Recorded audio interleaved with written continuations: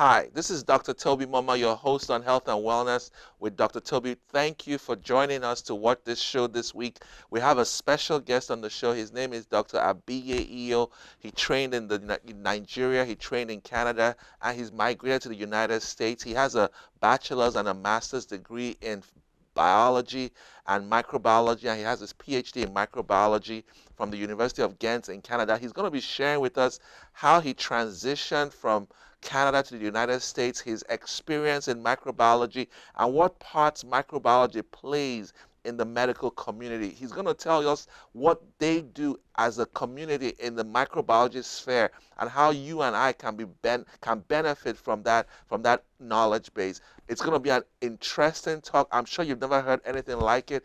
Don't miss it. We're going to talk about Ebola. We're going to talk about the flu vaccine and the flu outbreak. It's going to be an exciting time. Love to see you there. God bless you in Jesus' name.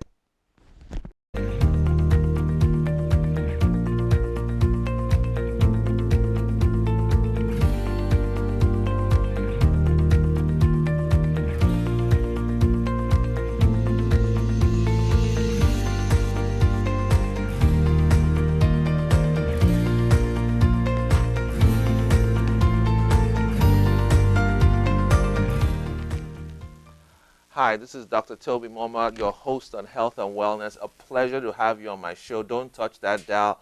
We have a great show on the show today with Dr. Abiye Iyo. He's a consultant microbiologist with the Mississippi Department of Health, and he's transitioned from Nigeria to Canada to the United States. And he's going to share with us his experience. He came from a background in the south part of Nigeria. It's a home that was what we call in the United States a blended family, thrived in college, did a master's, did a bachelor's, and then became a Christian. And then he shared his testimony how he got a Commonwealth scholarship to come to Canada to study for a PhD. Now that's where we stop. We're going to continue in that respect. So how did you got that letter from the Commonwealth Canadian Scholarship Board, and the next thing we hear was admission. So how did that come about? So the way the Commonwealth scholarship works is this: they actually would find you the admission. So so when you apply, you'll have a choice of three schools, and then you already had written like a mini proposal. So what they try to do then is look at what you've written and match you with a professor that closely Aligns. does or aligns with your write-up. Okay. And so I was matched with going to Canada or the scholarship stuff. I was more interested in actually biotechnology. So the application of biology to technology, and if we have time, we'll touch on different facets of that. But I was paired with this professor, and I think right after I was awarded the scholarship, he started writing to me. Okay. And before I actually went over. And the scholarship is actually a very prestigious scholarship in the sense that they pay for your air ticket from Nigeria or wherever you are to Canada. And then if you were married, for instance, they also pay for your wife. Wow. And at the end of every month, they give your wife a stipend. Oh. And so all it requires is just for you to go to school. But do you get a stipend? You get a stipend Oh, too, wow. and in addition, your wife gets a stipend. Oh my goodness, that's amazing. Okay, and this is part of where, I tell people, if you're a Christian, you gotta walk the walk. Right. Okay, not you don't just talk, but you walk your talk. So because at this point I wasn't married, okay? And I could easily put something together, right? And make Or something. even pick up one of my sisters, Mm-hmm. because I mean, obviously we bear the Right. same last name, and But to me, Yeah. it's it doesn't really. When you do things like that, it kind of No, it goes against Christian yeah, values. It's yeah, deceitful. It's not reflective of exactly. Jesus. So because a lot of people were like, "Man, what's wrong with you? Are you okay?" And I would do this in a heartbeat. I Okay. said, "Well, that's not me." So I wouldn't do it. And one other thing that happened, the idea of a Commonwealth scholarship is for you to go and come back Right. and help train your Your own own people. country. Hmm. Okay, so I found it really tough. Sometimes as a Christian, you find it really tough to live and do things with people around you. So because a lot of the guys who had the scholarships with me were, as by their second year, they already had Canadian residency permits. Oh, they married some No, Canadian. they didn't marry. I mean, it Oh, was, when I went to school in Canada, then it was very easy easy. to immigrate to Oh, Canada. So you didn't need so they much. applied to They become just applied. permanent residents. And I see this as a kind of a tongue-in-cheek Right. something. You're giving me a scholarship. You know what the scholarship does, Mm-hmm. but if I turn around and apply and I say I want to stay here, you allow You me to allow me to stay. stay. Okay, so because I think what they're doing is, okay, we know how much we've invested in our universities and school systems. So if we train these guys and they say they want to stay, hey, why not? Mm-hmm. You know. So, but I said to myself, well, that's not why I'm here. Mm-hmm. So for the whole 5 years I was there, I didn't apply. Apply. Wow. You know. So what school were you in Canada? I was at the University of Guelph. It's called the University of Guelph. It's about 45 minutes from Toronto. So it's in Ontario? Yeah, it's in Ontario. Okay. Yeah. Okay. Not in the terribly cold parts. I mean, most of Ontario is cold. Okay, I but it's mean, not like Nova Scotia Nova or Scotia, I mean, to me, I believe cold is cold, especially when it's gone below certain level. Because, I mean, you see your window, like when during the winter, you find snow covering almost your entire window, wow, you know, wow. and it used to be pretty So you cold. spent 5 years studying for a PhD in microbiology. What Correct. was your concentration in? Because I know microbiology, if I'm correct me if I'm wrong, is it a combination? You study bacteria, viruses, parasites, Okay, yeah. fungi? So when for the layman, Right. if you say you're a microbiologist, simply you study microorganisms. Mm-hmm. And these microorganisms could be bacteria, they could be viruses, they could be parasites, they could be fungi, right? So, but when you go higher, you find out you have people like mycologists. Of A course. mycologist is still a microbiologist. You have a parasitologist. Right. All sorts of divisions. Mm-hmm. So the way I was trained, beginning from Nigeria, my first degree was in more like general biology, Okay. and then during your final year, you now specialize. So I Okay. specialized in micro. But even at that, so when I went ahead and did my master's in microbiology, we did more of an integrated micro, where you are exposed to medical microbiology, you're exposed to food microbiology, environmental, soil, Different. a whole lot of. So I believe that was a good training in the sense that you're not limited to an aspect of microbiology. Okay. So I could really thrive in any area that I'm thrown into, so long as you have the underlying, Right. So what did you concentrate in your PhD? Good question. Okay. So I could talk about that like, I mean, you do your PhD for 5 years, but somebody wants you to talk about it in like, so it's kind of challenging. But the the way it went was you did some bit of coursework, and then after the coursework, you do a comprehensive exam. You pass your comprehensive, then you're now a candidate for the PhD. And then once you start your research.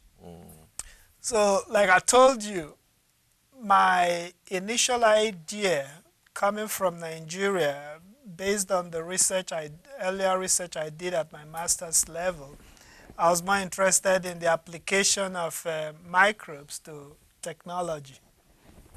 Okay, so basically in my master's, I did work on microbial degradation of cellulose.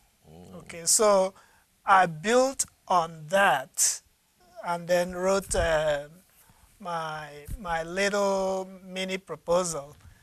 So I was paired with a professor who was working with a predominant rumen. The rumen is in the cow. Okay, the rumen of the cow, and so the bacteria found a predominant cellulose digesting bacteria in the rumen of the cow. Okay. So like we started with, I said, microbiology is the study of microorganisms, how they live in the environment and how they affect the environment, So pretty much I worked on a bacterium from the rumen of the cow that digests cellulose. And the reason being that when cows eat grass, they don't have the benefit of a digestive system, in the sense that these microbes help break down like the grass and all the stuff they eat, break them down into levels that they can assimilate, So at that point, our job then, my professor was more interested in dissecting the cellulose enzymes from this particular organism using biochemical and genetic means. And so that was where I was introduced into genetic engineering. So we worked with genes, we worked with DNA, worked with proteins, So like microarrays and DNA probes, which is pretty cutting edge. Yeah, it is, in the sense that, and that's why, the field of microbiology right now, in fact, when you say the biological sciences, it's like everything is kind of interwoven. So there's no clear cut. We're all using the similar techniques and all that in our work, So that's why at a higher level, you could pretty much dabble into any area. My viewers want to just know, what will your role be in a hospital? Because a lot of them are clinical patients, and they're like, well, okay, but what does a microbiologist bring to the table in a hospital, in a clinical setting?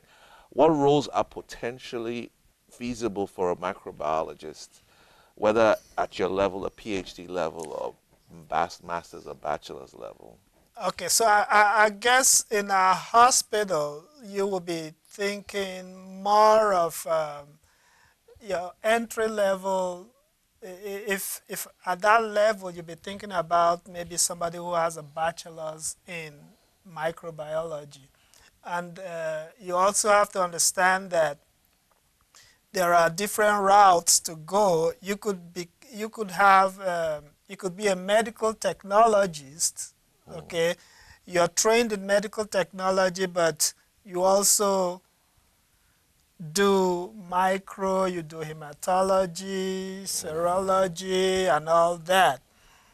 But and then so the job of a laboratory microbiologist would be to aid in disease diagnosis, Diagnosis, okay. infection control, you know.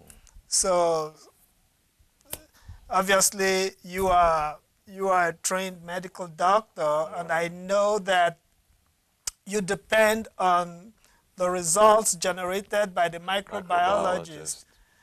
to say if you want to give somebody some antibiotics. Right. Sometimes you don't just go ahead and say, okay, let's give him this. You know, you may have to do some. So, So first of all, you pin it down to what's causing this problem. right. You know, okay, this bacterium is involved. And you may decide and say, okay, because we've been dealing with this particular bacterium, and I know that this particular antibiotics Will work. works, we do that. But in some other cases, you wait for the sensitivity from the lab, where they show you that, okay, this kill this Right. bacterium, So and you're then based sure. on that, you say, okay, Like when you see MRSA, very common bacteria. But the reason why we call it MRSA, methicillin resistant Staphylococcus aureus, is because the microbiologists have told us that that bacteria, Staphylococcus aureus, is resistant to the methicillin.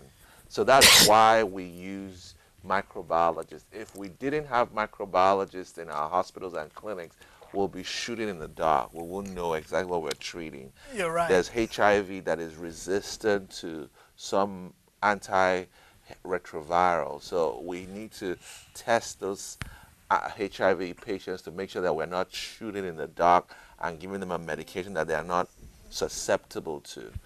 Like I'm sure many of you have heard, there's a high preponderance of, there's a question now about is penicillin, is gonorrhea, Neisseria and gonorrhea resistant to To penicillin. penicillin? And there's been a few cases of that. It's our microbiologist counterparts that are going to tell us, hey, this patient is not even responding to your treatment. Maybe you need to add azithromycin to the Recefin, you know. And just to add to that, I believe that the indiscriminate prescription of antibiotics could lead to Resistance, resistance, you know, right, and so um, when when you have a microbiologist tease it out for you, then you know you're not shooting in the dark. You right. just go straight, give the patient, and it takes care of the problem. In medicine, we call it antibiotic stewardship. You have to have stewardship over what you're giving. You don't just get. That's why you come into the doctor's office and you have a headache, a viral flu, and they don't They give you don't give antibiotics. We don't recommend that anymore because it's a virus. There's no antibiotic that technically reduces the duration of an antiviral. It may make you feel better, but it's not necessarily indicated for the treatment because you cannot treat a virus with an antibiotic, which is targeting bacteria. You're You right. know. So tell us in the Department of Health, what do you do? And we'll come back to your time at Guelph and how you transition. But what do you do at the Department of Health Okay, as a microbiologist?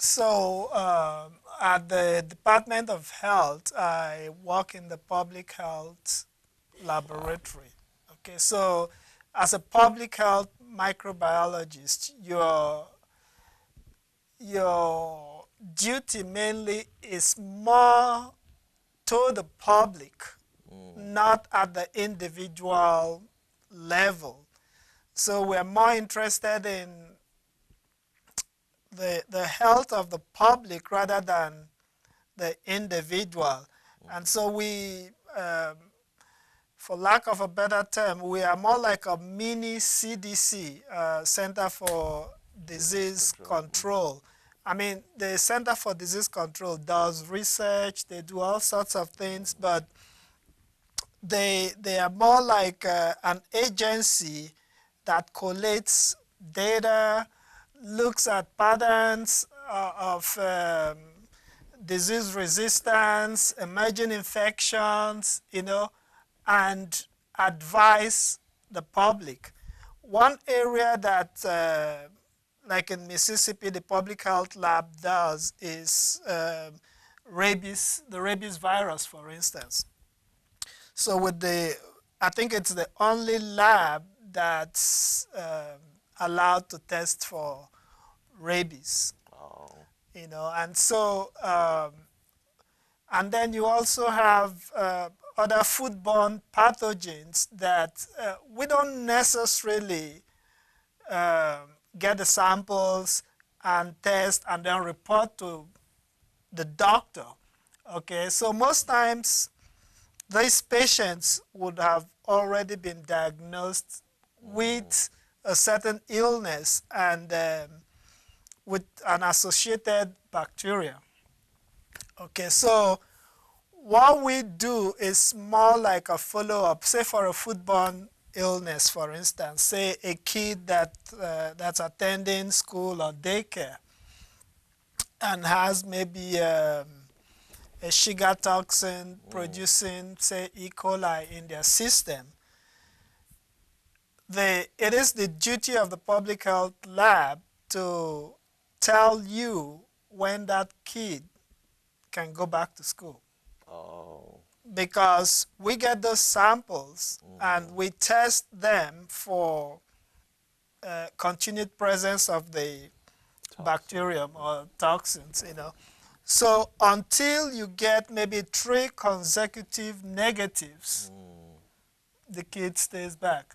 And that's one way you kind of control the spread of infection. Like I know recently the Department of Health in Mississippi Center and in Louisiana too, hepatitis, that there was a hepatitis A, I don't want to use the word epidemic, but increase in incidence. So they were warning people, I think, about their water sources and be careful where they get their water from. And contaminated food. And all that, yeah. So that all comes to your table, is that? Yeah. Okay. Yeah. Wow, interesting. So microbiologists have a big role in, so what would you tell my viewer who is like, okay, sounds like you're an accomplished professional. What does it take to become a PhD holder in microbiology?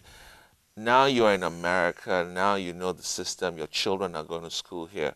What would you advise that high school student? What subjects, what career path, what, I guess for a high school kid, you would say stay in the STEM program. So science, technology, engineering, and math. Okay. So once you make good grades there, your future is kind of very bright. You could go in any direction. So basically, you have to have good grades in biology, physics, mathematics, And you have to like working with things you can't really see, right? Yeah, and that's with your physical eyes. That's a fascinating part of it. I liken the microbes to, say, your tongue. Okay. I mean, you see your tongue, obviously, but in relation to the whole body, your tongue is a small member. But it could cause you a lot of harm. It could drive you insane. It could put you in trouble, So if you control your tongue, you probably do very well. Wow. So I am kind of fascinated by what these unseen things can actually do to a grown man. I mean, I was just telling you that my my son came up with a fever. While I don't know what's causing the fever, it might not be far-fetched. It could be bacterial, it could be viral. But then, a once healthy human being gets an infection and he's down. So we ought to actually doff our hats for The people who dance, who work behind the scenes. yeah, and then the microbes, they're not all bad. Right. Okay, they're not all bad. You have the good sides of the microbes that Right. we use. Obviously, they use yeast in baking. And then with the introduction of genetic engineering and all that, I'm sure you probably had it in med school and all that, where insulin in those days Right. used to be produced from the brains of animals. And you get very minute quantities. But with genetic engineering, all you do is get the human gene that makes insulin, throw it into a bacterium, and then the bacteria, E. coli, the bacteria would just generate. And people still credit penicillin for the victory of the Allies over the Axis forces in the Second World War, because it was Dr. Fleming in his lab in 1945 or so that he was with a French student, and he noticed that the Petri dish where penicillus, is that correct, was... I think it was the fungus that was right, growing. it was growing. And producing the penicillin and killing everything, around around it. And that was a light bulb moment. And with that, they developed the antibiotic penicillin that helped the Allied forces, the British, the American, who else was on the side of the British and the American, the French, to keep their men healthy during the war, which the Germans didn't have any benefit of that. So we owe our microbiologists a whole load of gratitude. We're going to come back next week. We're going to talk about your transition to the United States. Dr. Iyo is married with children and made a success of his career here in the United States. And we want to tap into what he has done to develop this habit, this success ethic, this ability to thrive, even in a foreign environment. You don't want to miss it. Look forward to seeing you. Tune in same time next week. Don't forget, Jesus is Lord. God bless you. In Jesus' name.